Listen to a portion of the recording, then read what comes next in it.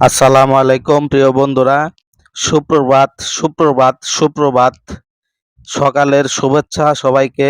বন্ধুরা, মরিচ বাগানের মরিচ টালের থেকে আমি ভিডিও বানাচ্ছি। এই হচ্ছে আমার মরিচ টাল।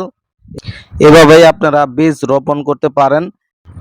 বীজ রোপণ করার পূর্বে অবশ্যই 24 ঘন্টা পানিতে ভিজিয়ে রাখতে হবে। মরিচ চাষের উপযুক্ত সময় হলো মে জুন। এছাড়া শীতকালের শুরুতে অক্টোবর মাসেও মরিচ হচ্ছে বন্ধুরা আমাদের দেশের নিত্য প্রয়োজনীয় একটা মশলা। আমরা প্রতিদিনই রান্না করে থাকি। এই হচ্ছে আমার মরিচ গাছ। বেশি ডালপালা হওয়ার কারণে হেলে ডুলে পড়ে যায়, সেই জন্য এই যে বাঁশ দিয়ে আর বাইন্ধা দিছি। বন্ধুরা, মরিচ হচ্ছে আমাদের দেশের একটি গুরুত্বপূর্ণ অর্থকরী ফসল। মরিচকে ইংরেজিতে চিলি বলা হয়। মরিচ নিত্য ব্যবহৃত মশলা, যা তরকারিকে সুস্বাদু করতে বিরাট ভূমিকা রাখে।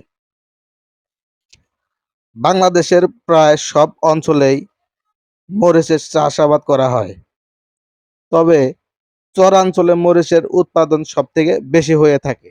বন্ধুরা, মরিচ আমাদের দেশে অনেক জেলাতেই বাণিজ্যিকভাবে চাষ হয়ে থাকে।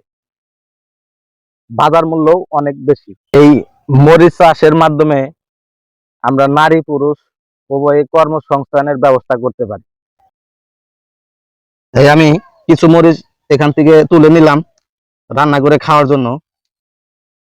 ভিডিওটি কেমন হয়েছে সবাই বলবেন, লাইক কমেন্টস করবেন, বেশি বেশি ফলো করবেন, সাথে থাকবেন, সব সময় সাপোর্ট করবেন।